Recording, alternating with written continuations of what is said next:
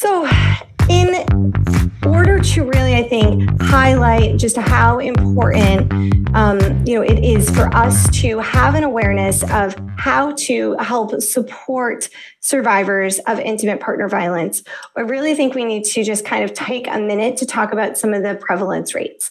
So specifically in terms of physical abuse, 1 in 4 women and 1 in 7 men will experience physical violence by their intimate partner at some point during their lifetime.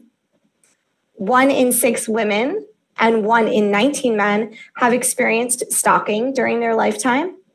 And the majority of these cases, the person is stalked by someone that they know.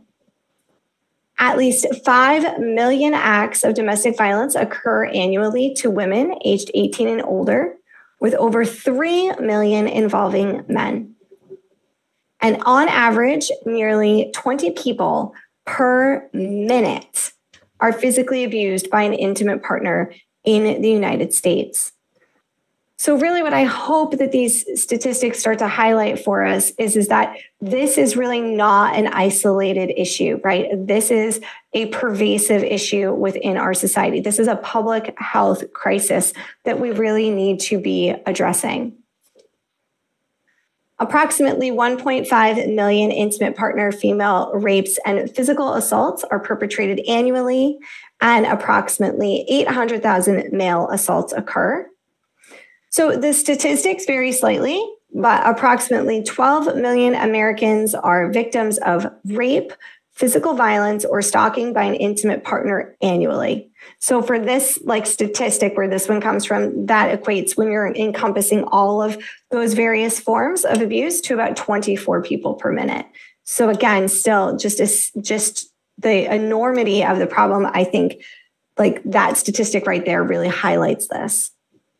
In terms of emotional and psychological abuse, nearly half of all women, so 48.4%, and men, 48.8% in the United States, experience psychological aggression by an intimate partner in their lifetime.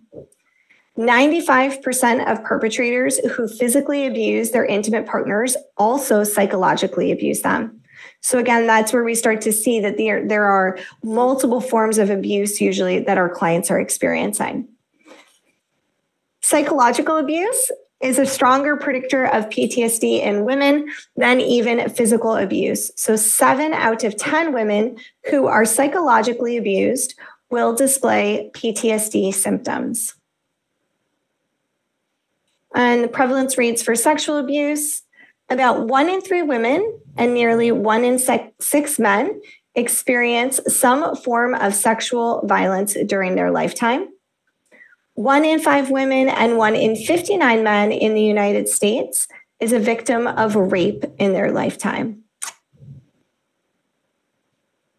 Almost half of females, so 46.7%, and male, 44.9%, victims of rape in the United States were raped by an acquaintance, often referred to as date rape. Of these, 45.4% of female rapes and 29% of male rape victims were raped by an intimate partner.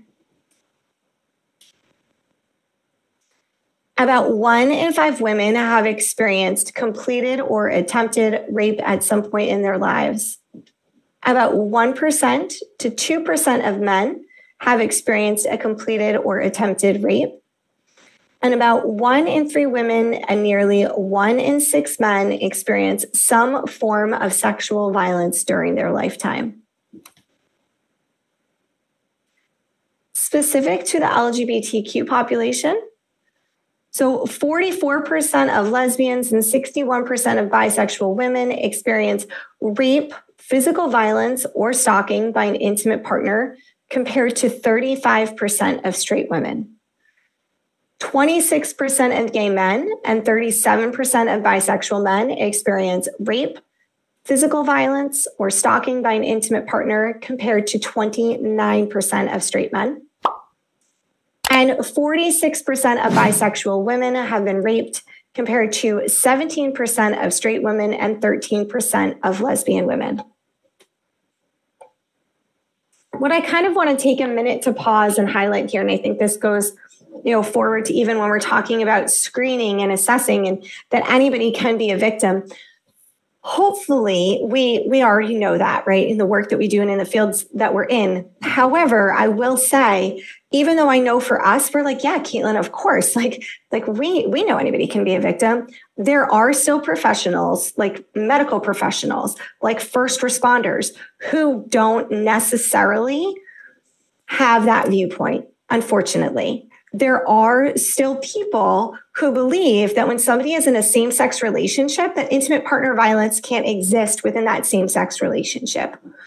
I can't tell you the amount, I'll even switch to this for a second. I can't tell you the amount of male clients I've had who are in relationships with females who will not call and get any sort of help and support because they know, or they feel, I should say, and they think maybe, or they believe that when law enforcement shows up, that they're not going to believe them, that they're the ones that are the victim in that situation, that they're not the perpetrator.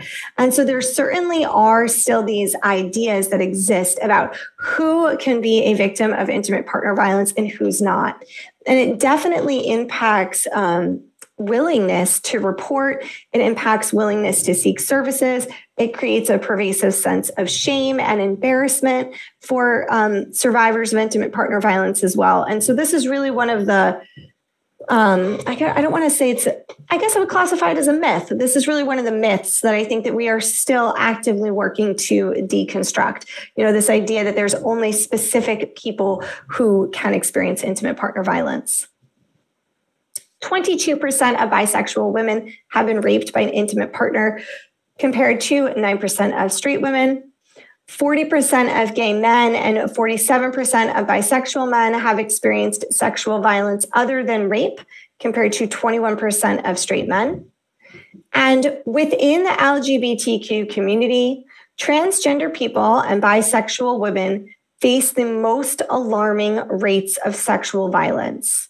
So among both of these populations, sexual violence begins early, often during childhood. And again, we want to be certainly screening every client, but certainly to highlight the importance of why we screen every single client and knowing that we have certain clients who might be more at risk than others. In 2015, the U.S. Transgender Survey found that 47% of transgender people are sexually assaulted at some point in their lifetime. Among people of color, American Indian at 65%, multiracial at 59%, Middle Eastern at 58%, and Black at 53% respondents of the 2015 U.S. Transgender Survey were most likely to have been sexually assaulted in their lifetime. And nearly half, so 48% of bisexual women who are rape survivors experienced their first rape between the ages of 11 and 17.